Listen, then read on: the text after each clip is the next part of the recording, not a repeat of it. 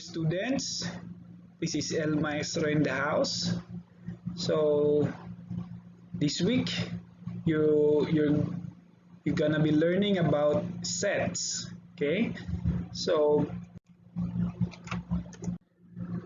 objectives of these lessons are: the end of the lesson, the learner is able to describe and illustrate well-defined set.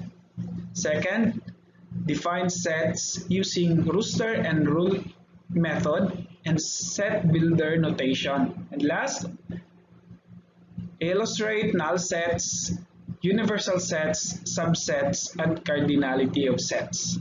Okay, those were the things na gina-expect sa inyo after this week. Though this video, no, some of those makita pa ninyo sa next video. Okay? And my dear students, before you proceed, make it sure na na-answeran na ninyo itong mga pre-test. Okay? So yung mga review lessons sa inyong module, okay? So kindly scan and answer all those before proceeding sa pag-watch ani nga video. Okay? And if you're done with that, you can proceed. Sa inyong module, or if you're using different module, okay, na yung mga group of pictures or object na makita ninyo. Sa module na akong gigamit, the objects are apple, bird, car, cup, shirt, strawberry, trophy, and mango. So we're going, before ta mag-adto sa atong lesson yun, we'll answer this activity first.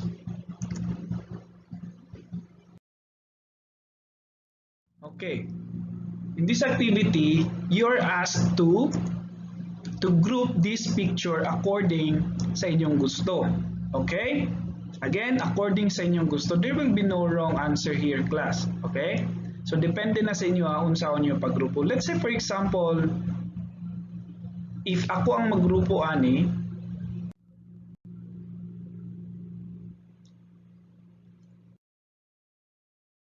I can put apple sa group A. So, na ako sa akong una-una nga nung diyan ako nagibutang.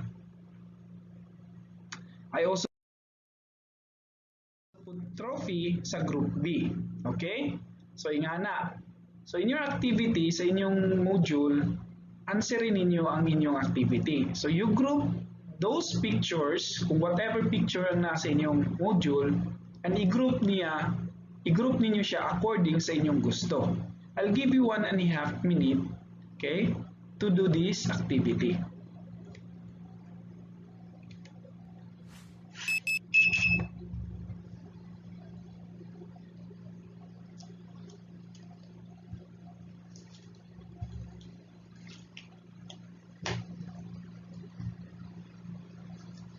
Again, class, wala siya yung maling answer.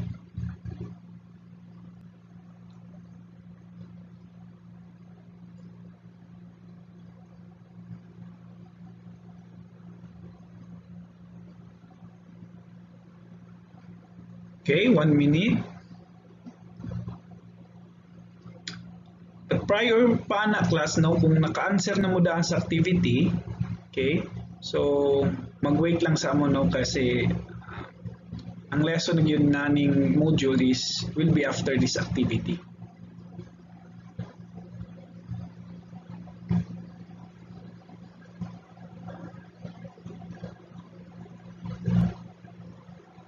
$30 seconds more.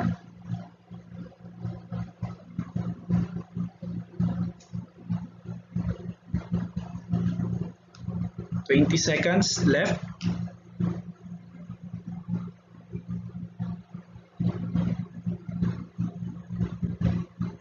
$10.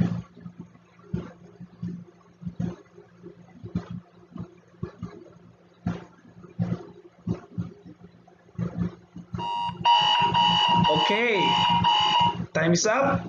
So I hope everyone is done before mo mag-proceed, no? I hope tanan nakatapos yun sa activity. So let's say for example class, ingani ang inyong pagkagrupo.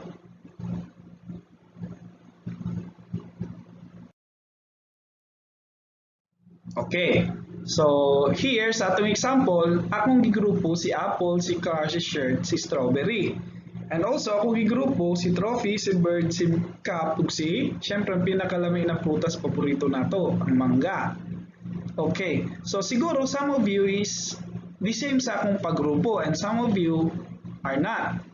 So, ang pangutana class, why did you group them as such? What makes you decide na kana ang inyong groupings? Okay? So you answer that one. Okay? Nasa inyong module, answerin ninyo nganong ingana ang inyong pagkagrupo. And after answering that one, okay? So congratulations class. Ngano?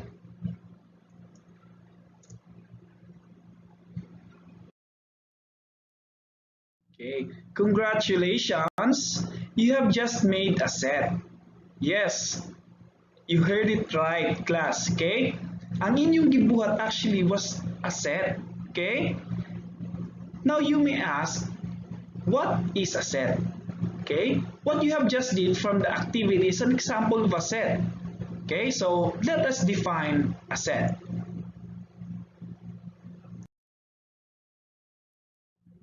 A set is a collection of well-defined objects. These objects are called elements or members of the given sets. Okay? So, katong mga object pala na nasa inyo ang groupings are called elements or members. Pareani. So, nakoy group A, group B. So, nakoy apple, cars, shirt, strawberry, trophy sa group B. We have trophy, bird, cup, and mango. So, ingani akong pagkagrupo.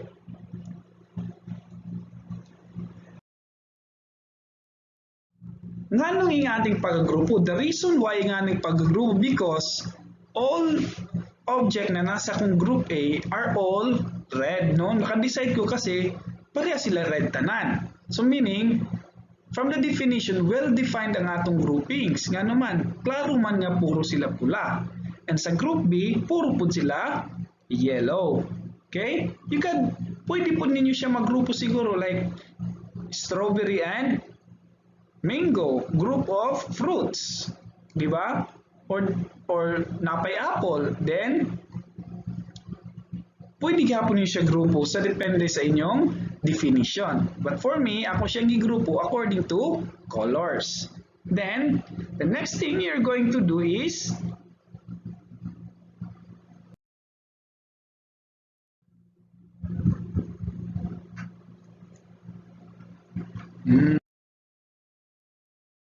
ilisan lang nimo tong group nimo. Okay? Kasi actually, sa giingon ako kanina, ang inyong gibuhat is already a set. So meaning, instead of calling it the group A, group B, we call it set A, which is set of red objects, and we have set B, which is set of yellow object. Okay? So somehow, sa inyong mind na, ingana ra diyang set, no? So, a well-defined na pagkagrupo sa mga elements.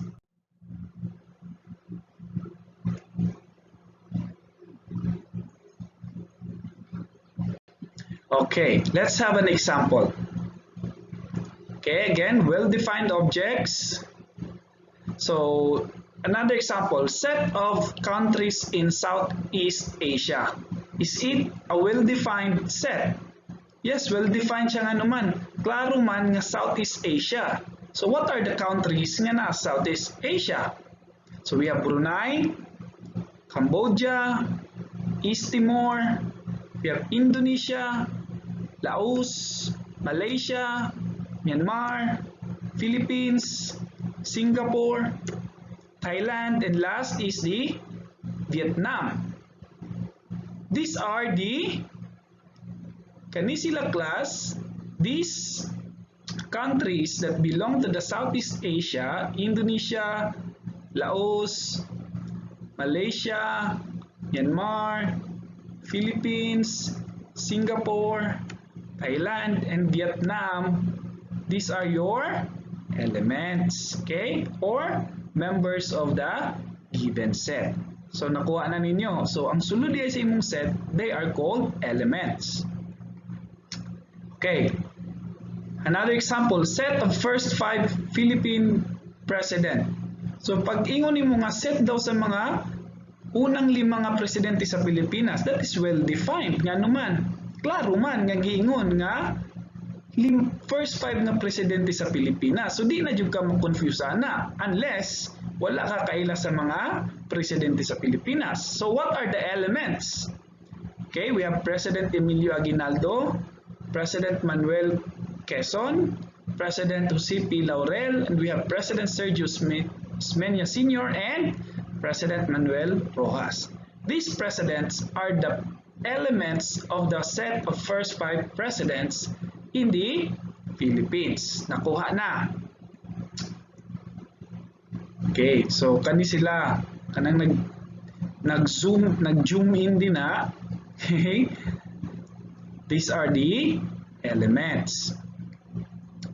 Okay, how about if I will say set of honest students in your class? Is it a well-defined set, class?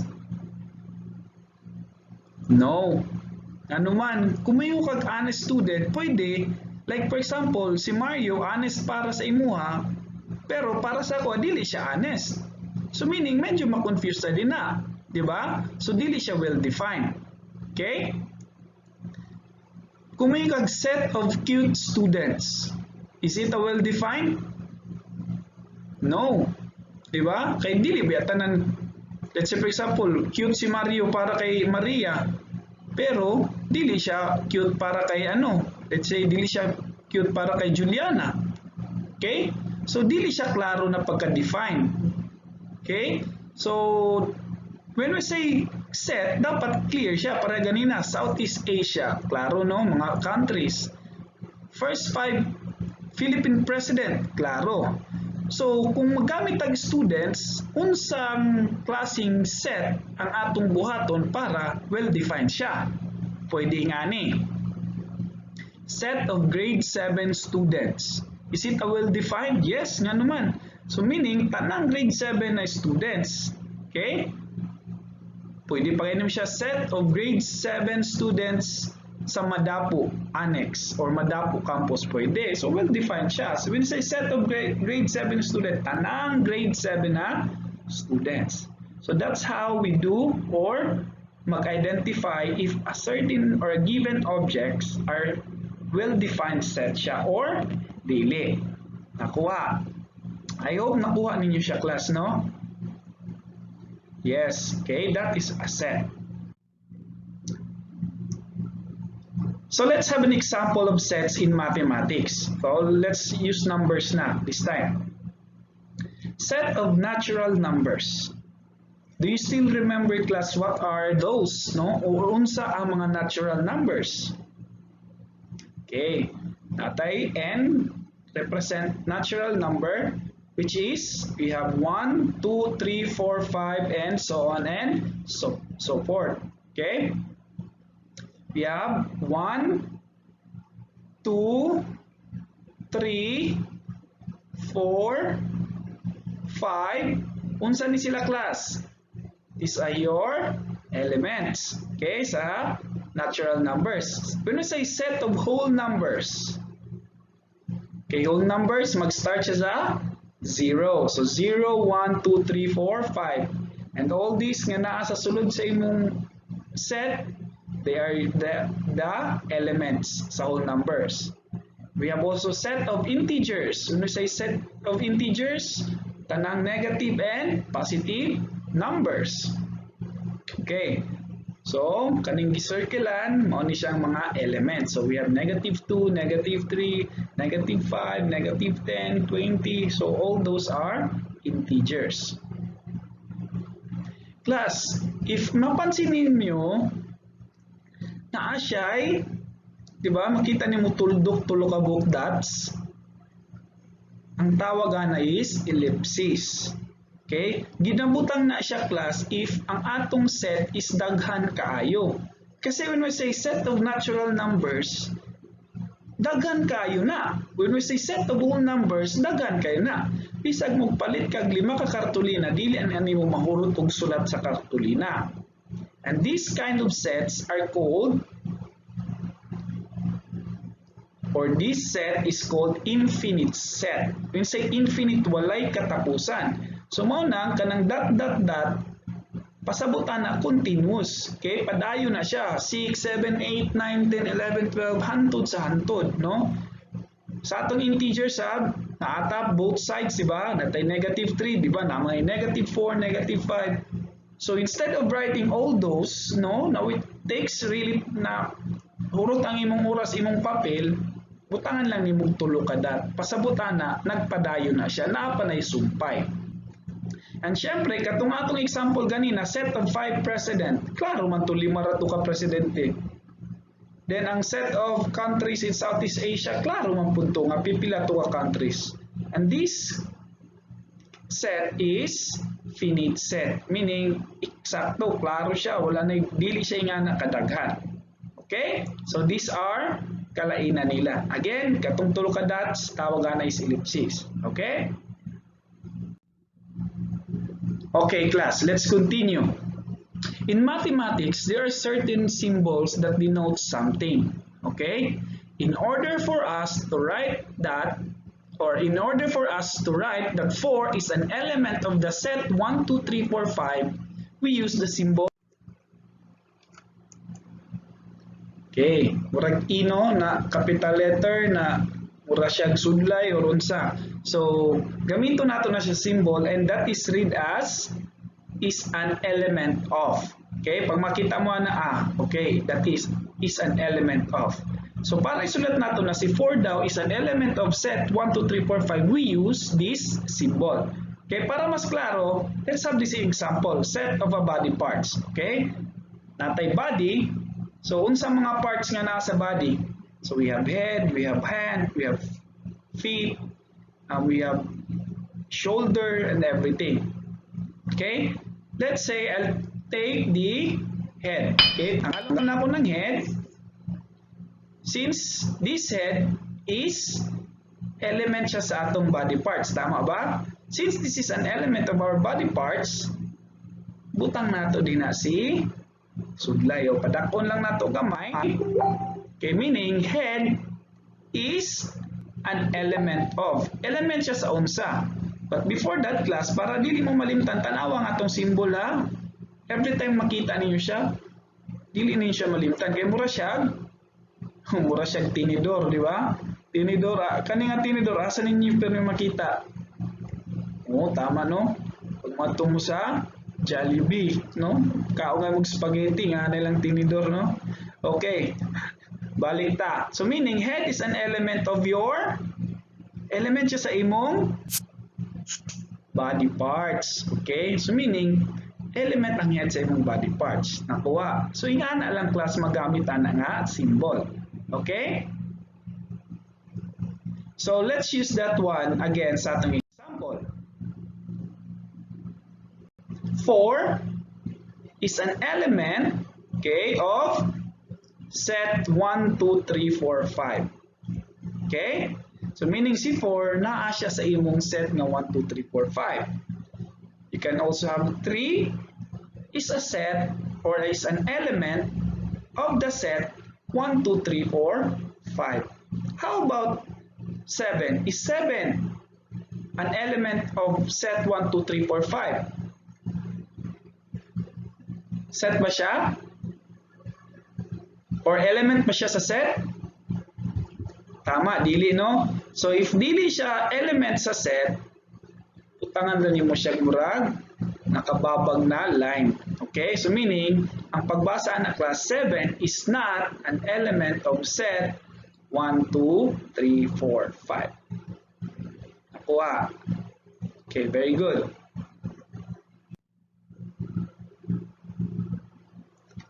So, sa inyong module class, na-set notation din na.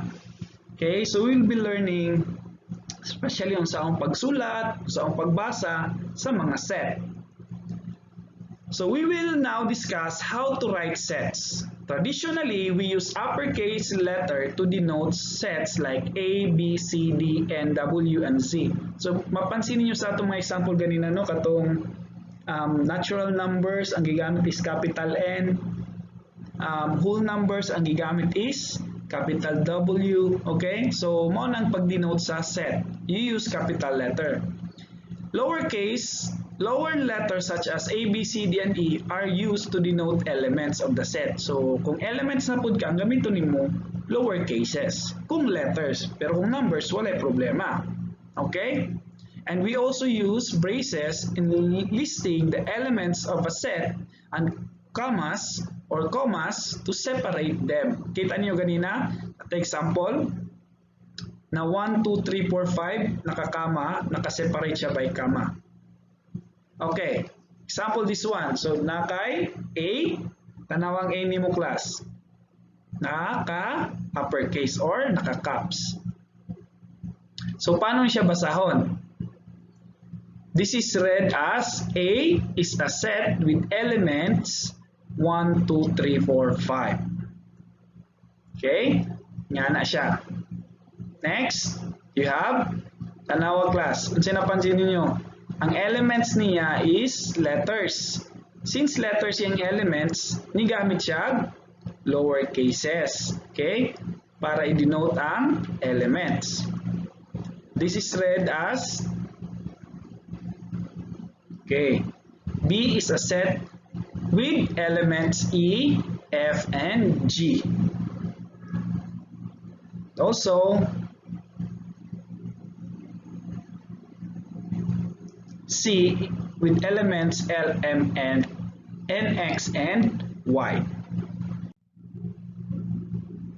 Okay, there are three ways class you can describe a set. Okay, first is you have verbal description or rule method. Okay, verbal description meaning kung mao ni mong maestro si ma'am, tanang gipangyaw-yaw ni ma'am or ni sir, mauna na siya. Let's say for example, may ko set A is a set of natural numbers less than 7. Sa pagyaw-yaw pa lang nako, na-describe na nako ang set. So there's no need para isulat nako siya. Di ba? So by stating, pagsulti nako, okay, in that sense, na-describe na nako ang set.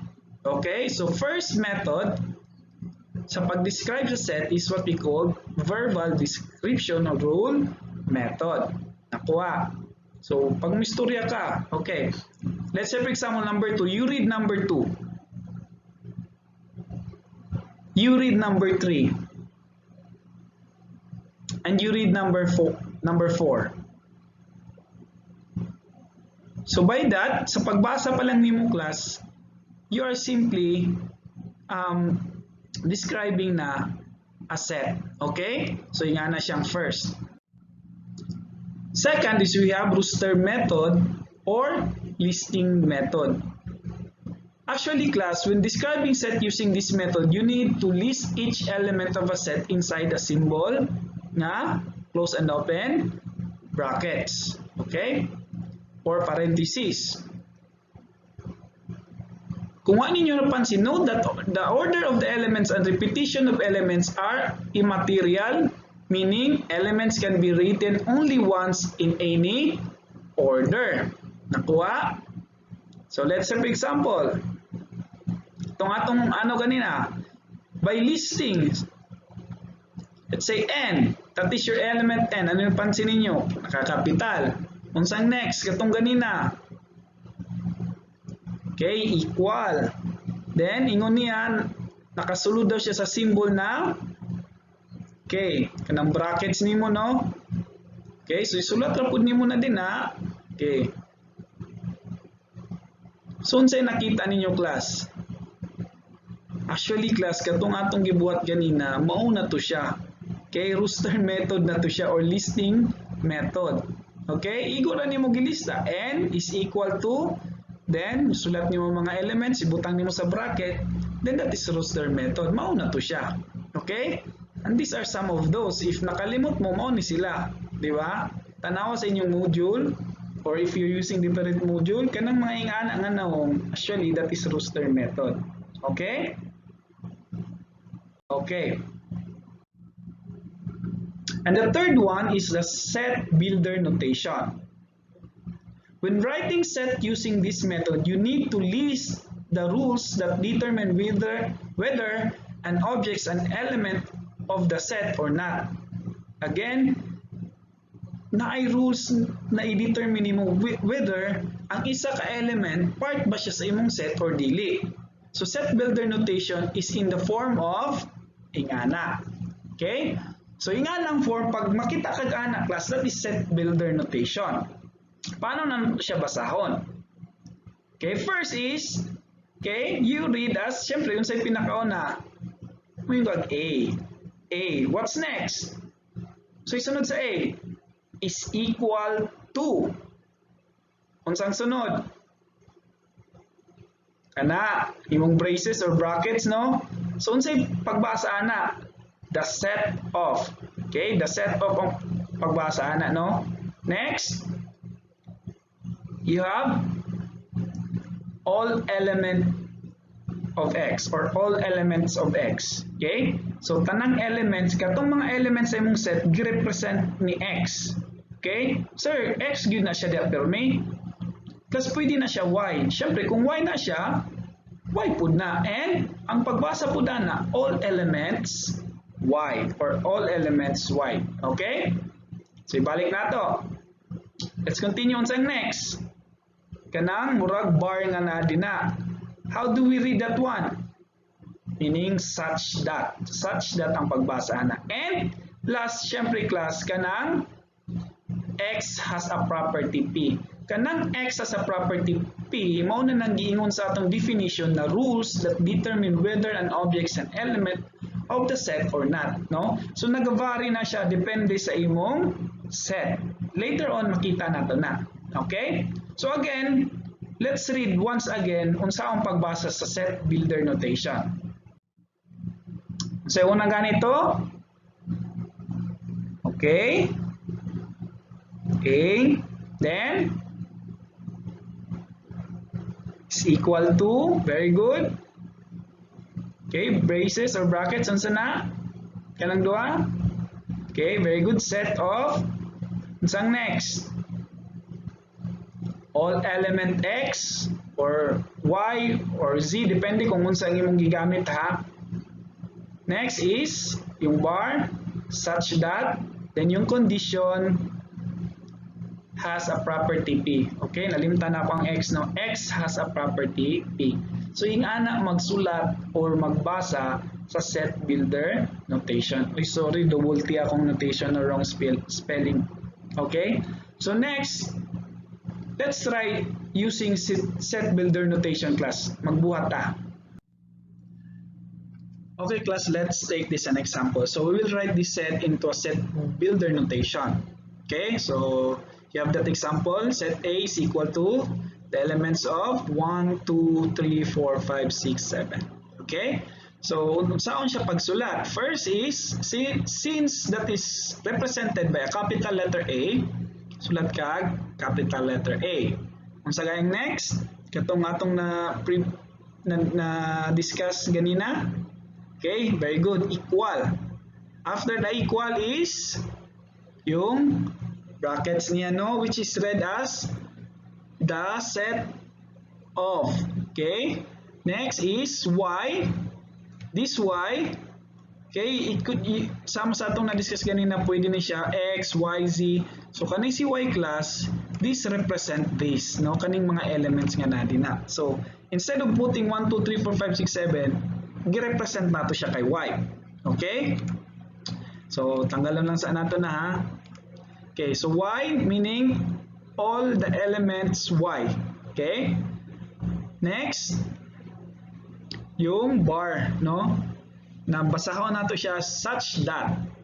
Then, condition dayon siya class. So, yung condition, magdepende na siya class sa atong set.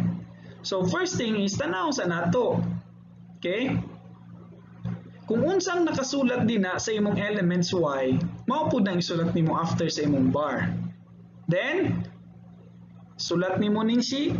Unsa gaya na siya class? Katong tinidor. Oh, no, element nga sign. Then after that one, kinsa day na siya si Y? Kinsa na si Y? Mao na si Y o kanang mga numbera na. Unsa na sila ng mga number? They are natural numbers. So meaning si Y is an element of your natural number. Since Y represent any of those. Si Y pwede si 1, si Y pwede si 2, which is element siya sa natural number ni mo nga na din na. But the problem is, kung mo yung tag-natural number, daghan kaayo na. Mag-start na sa 1, hantod, pila ka billion, infinite, way katapusan. So mamali ta. Kaya nga naman, dili na siya well-defined. Kaya nga atong example din na is up to 7 lang. Pero nga atong gibutan diri, natural numbers, tanan. So that one, butangan pa nato siya condition.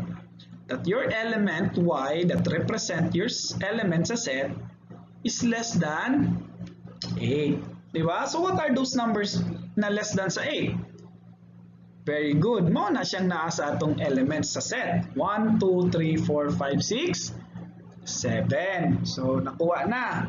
So sama sa inyo ng ganyan class, no, depende gyud na ang inyong condition sa given na set. Okay? So pwede ra pud na ninyo siya isulat as n, no? Kay taas ra pud kayo class na kuan natural numbers. So pwede ra siya i-represent sa n. Okay? Another example. C is equal to the elements of your brother or the letters sa imong brother nga word. So, sulat natin siya. C is equal to brackets. So, this time akong gigamit X, no? So, pwede gapon Y, pwede gapon Z. Okay? Such that bar, copy nimo kung unsa to. Unsa ang condition? Unsa din ni siya? Si brother, unsa na siya? Elements of, unsa na siya? The word brother. Okay, so meaning, pwede na siya nga na class. Nga naman, wala naman tayo condition. Kay kanang the word brother pa lang, defined na siya nga naman. Okay? Unsa di ay ang naa sa imong word na brother? B-R-O-T-H-E-R. So, mao na sila ang mga elements. So, okay na na siya. Okay? Next. D is equal to 9, 10, 11, 12. Class na dot, na ellipsis, no? Diba? Pag 3 dots, ellipsis, na ellipsis, meaning continuous siya. 13, 14, 15. So, unsaon nato ni siya pagsulat. Okay, let's do this. D is equal to, okay, the set of all element X such that X is an element N or natural numbers, di ba? N natural numbers. Class, kung i-close nato siya, tama ba? Hindi iyapon yan naman. Kung may natural numbers, dapat mag-start sa 1 to infinite. Diha, nagsugod siya og 9. So meaning, ang atong mga elements, dapat mag-start lang sa 9. So kung ato daw yun siyang i-close, mali siya. So atong buhaton,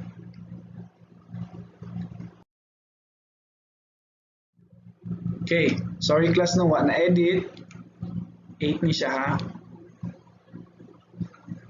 Okay, so let's continue. Magbuhat tag kondisyon. Unsa ang kondisyon nato? Butang tag kama. So unsa din ang mga number na natural numbers? Asa lang siya taman o asa siya magsugod? Pwede ka mingon, X is greater than na 8. So greater than 8. So unsa na mga numbers ang greater than 8? So 9, 10, 11, 12, 13, 14, 15, 16, so on and so forth. So inana magbuhat og set builder notation sa imong set. Okay, so napay mga example din sa inyong module class, pwede na ninyo siya anasiran. So if na may mga question, you can comment down below sa comment box, at least ma-address na ako kung unsa, or kung naamoy nalibugan na ay tanaw ninyo mali sa atong video, i-comment ninyo siya, no? Sa atong comment box para makorek nato or matabangan ta mo kung unsa mo nalibugan. So para magbuhat tag video regarding sa mga things nga medyo confused mo.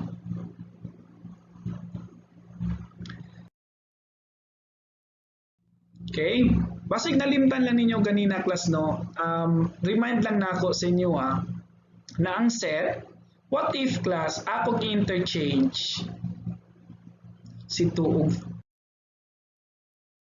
ug 5. The same lang ba sila? Yes, they're the same. Okay? Regardless class kung unsang arrangement, sama sa gibasa nato ganina earlier, okay, pahabulan na ako ni basig nakalimot mo. Regardless kung unsa nimo siya pag-arrange, okay? Ingala ba nimo siya pag-arrange, wala na siya problema.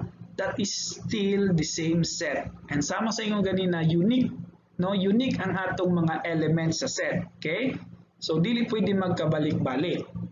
And bahalag unsang arrangement,